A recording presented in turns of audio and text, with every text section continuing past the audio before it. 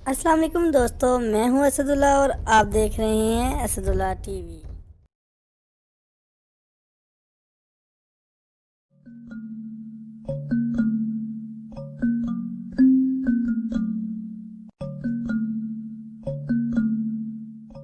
दोस्तों, पैक्ड खाना किसे पसंद नहीं होगा, लेकिन क्या आप जानते हैं कि आपके पास जो पैकिंग के अंदर फूड आता है खाने के लिए, उसको किस तरह से तैयार किया जाता है। अगर आपको ये सब नहीं मालूम तो आज की इस वीडियो में आपको मालूम होने जा रहे हैं टॉप 8 फूड इंडस्ट्री की मशीनें, जिसके जरिए आपके फेवरेट जो स्नैक्स हैं या आपके फेवरेट केक्स हैं या आपकी फेवरेट कैंडीज हैं, उनको बनाने का तरीका हम आपको आज के इस वीडियो में बताएंगे। लेकिन दोस्तों, वीडियो का आगाज करने से पहले हस्बे मामूल आप नए आने वाले दोस्तों से यही गुजारिश है कि आप हमारे चैनल को सब्सक्राइब कर लें और साथ मौजूद घंटी की अलामत को दबा दें, ताकि आपको मोबाइल फोन स्क्रीन पर हमारी तमाम तरह अपडेट्स रोजाना की बुनियाद पर मिलती रहें और आप यूं ही हमारे कंटेंट से मुस्तफीद और आगाह होते रहें।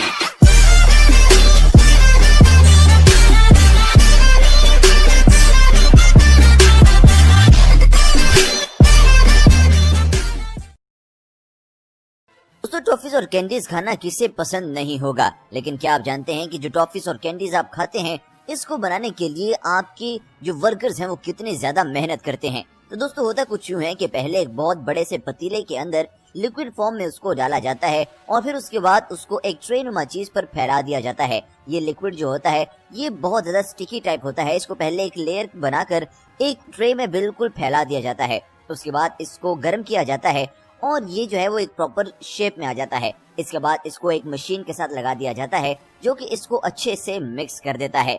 दोस्तों, इसके बाद जो अगला मरहला आता है उसके अंदर होता है कि इसको अच्छा टेक्सचर और कलर दिया जाता है। उसके लिए इसके ऊपर एक और लेयर लगा दी जाती है और उस लेयर को इसके ऊपर फोल्ड कर दिया जाता है।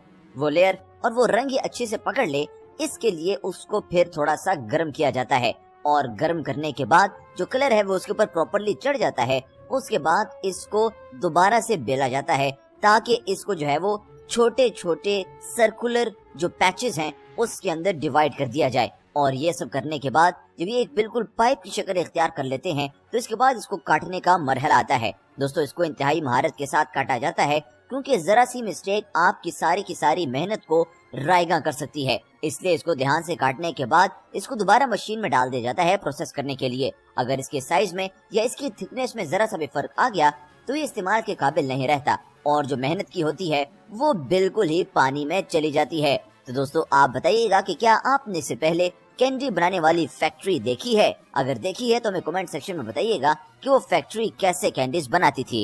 दोस्तों, कुरकुरे तो आपने अपनी जिंदगी के अंदर बहुत ज्यादा खाए होंगे, लेकिन क्या आपको मालूम है कि कुरकुरे किस तरह बनाए जाते हैं और इसमें कितनी मेहनत रिक्वायर्ड है? तो दोस्तों, हम आपको बताते हैं, लेकिन एक शर्त है कि अगर आपको कुरकुरे पसंद हैं और आपको इसके बनाने का तरीका पसंद आया तो आप इस वीडियो को लाइक जरूर करेंगे और कमेंट करके हमें बताएंगे कि आपको कुरकुरे पसंद हैं या नहीं है, और इसके साथ आप हमारे चैनल को भी सब्सक्राइब करेंगे। तो दोस्तों, कुरकुरे बनाने का सबसे जो पहला मरहला होता है वो ये होता है कि आटे की बहुत बड़ी फील्ड लगाई जाती है। यानी कि सबसे पहले जो है वो आटे को वहाँ पर स्ट्रेन किया जाता है। आटे को वहाँ पर लेने के बाद उसको गाड़ी के जरिए फैक्ट्री के अंदर ट्रांसफर किया जाता है। ये आटा बहुत बड़ी तादाद में उसको मशीन के अंदर डाला जाता है और दोस्तों उसके बाद ये प्लेन कुरकुरे बनकर सामने आ जाते हैं। और इसके बाद इसका सबसे इम्पोर्टेंट मरहला आता है जिसकी वजह से कुरकुरे बाकी स्नैक्स से डिफरेंट है, वो है इसका मसाला। इसके बाद इसका मसाला बनाया जाता है, उसको एक फैक्ट्री की मशीन के अंदर डाला जाता है। उसके अंदर इन कुरकुरों को भी डाल दिया जाता है और मसाले और कुरकुरे को आपस में ऐसे मिक्स किया जाता है कि एक एक कुरकुरे पर मसाला लग जाता है, जिससे उसको एक प्रॉपर टेस्ट मिल जाता है। उसके बाद इनको अलग अलग पैकेट्स में पैक कर दिया जाता है। फिर कंटेनर्स में इनको डिफरेंट बाजारों और शॉप्स में लाकर रख दिया जाता है, जिसके बाद लोग वहां से इसको खरीद कर पसंद करके खाते होते हैं। दोस्तों, ये देखने के बाद यकीनी तौर पर आपके मुंह में पानी आ गया होगा। अगर आपके मुंह में पानी नहीं आया, मेरे मुंह में तो जरूर आ गया है। दोस्तों, दुनिया में वो कौन सा शख्स होगा जिसको आइसक्रीम पसंद नहीं होगी? गर्मियां हो तो आइसक्रीम बहुत सारे लोग मजे से खाते हैं, लेकिन दोस्तों, क्या आप जानते हैं कि आइसक्रीम को कैसे बनाया जाता है? अगर आप नहीं जानते तो भी हम आपको बताने वाले हैं। दोस्तों, आइसक्रीम के लिए जो सबसे इम्पोर्टेंट चीज है वो है दूध। उस सबसे पहले दूध को लिया जाता है, जिसके लिए जो बड़ी फैक्ट्रीज होती हैं उन्होंने अपनी गाय भैंसे भी रखी होती हैं। उनसे दूध मशीन के जरिए लिया जाता है, फिर उसको टेस्टिंग के लिए मुख्तलिफ लेबोरेटरीज में भेज दिया जाता है।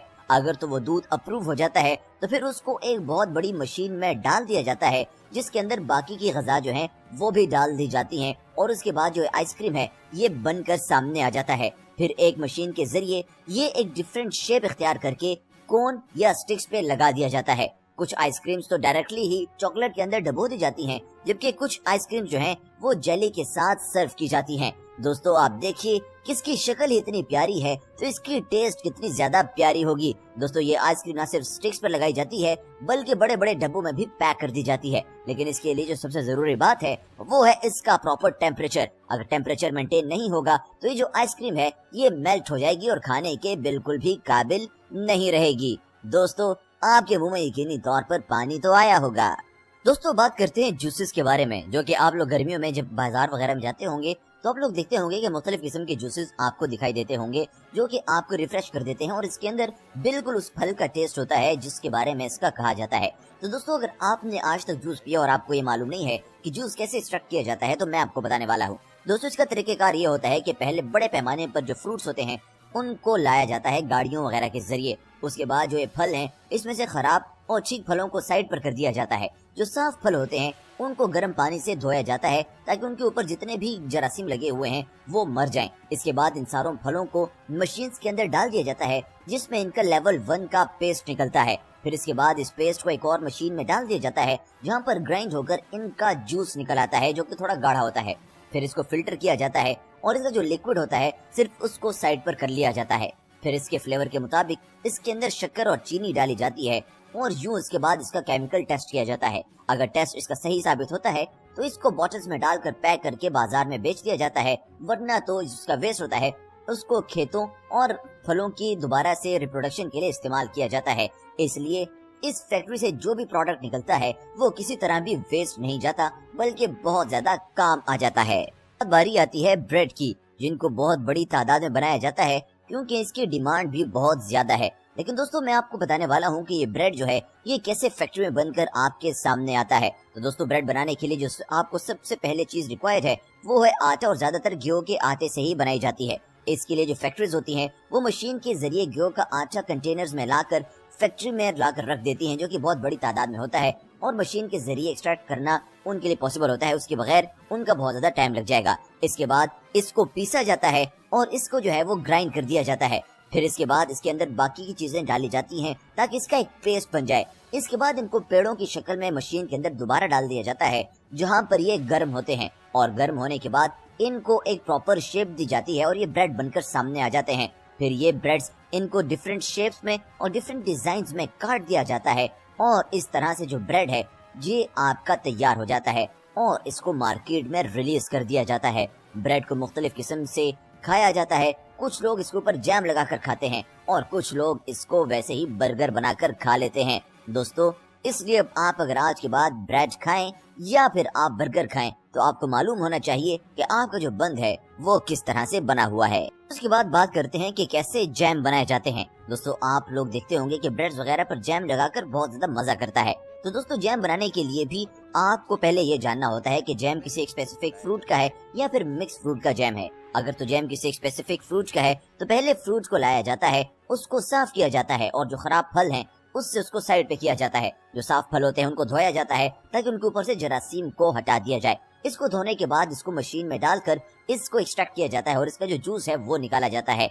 इसका जूस जो है वो बहुत ज्यादा गाढ़ा होता है। फिर इसके बाद उसको डिफरेंट इंग्रेडिएंट्स और केमिकल्स के साथ मिक्स किया जाता है और ये मिक्स होने के बाद दोबारा से इसको सुखाया जाता है, इसको ठंडा किया जाता है और ठंडा किए जाने के बाद इसको दोबारा से उबाला जाता है हत्ता कि इसकी बहुत ज्यादा शेप गाढ़ी हो जाए। जब ये गाढ़ा हो जाता है तो इसको दोबारा से ठंडा किया जाता है और इसको पैक करके मार्केट में पब्लिश कर दिया जाता है ताकि जो लोग हैं वो इसको खा सकें। दोस्तों आप मुझे बताइएगा कि आपको कौन से फ्लेवर का जैम पसंद है या आप किस फ्लेवर का जैम खाना पसंद करते हैं। दोस्तों अगर मैं इस कंपनी में होता तो मैं तो अच्छी खासी जैम खा लेता।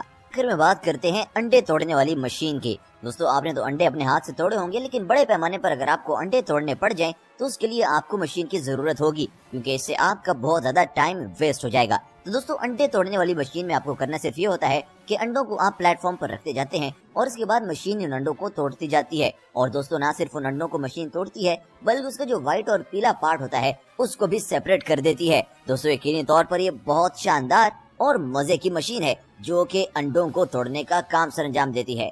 दोस्तों मैं उम्मीद करता हूँ कि आपको आज की ये वीडियो बहुत ज्यादा पसंद आई होगी। आप हमें कमेंट सेक्शन में बताइएगा कि इन तमाम चीजों में से आपको कौन सी चीज के बनने का ज्यादा मजा आया और आप कौन सी चीज ज्यादा पसंद करते हैं। हम आपके कमेंट्स के इंतजार में रहते हैं। दोस्तों अगर आपको वीडियो अच्छी लगी है तो इसे लाइक जरूर कीजिएगा और जाते जाते रेड बटन दबाकर हमारे सब्सक्राइबर बनना बिल्कुल ना भूलिएगा और घंटी की अलामत को दबाकर हमारी नोटिफिकेशन से रोजाना की बुनियाद पर आप आगाह और मुस्तफीद होते रहेंगे। इंशाअल्लाह आपसे मुलाकात होगी एक और वीडियो में, इस उम्मीद और आस के साथ कि आप हमारे चैनल के साथ जुड़े रहेंगे। दीजिए इजाजत, अल्लाह हाफिज।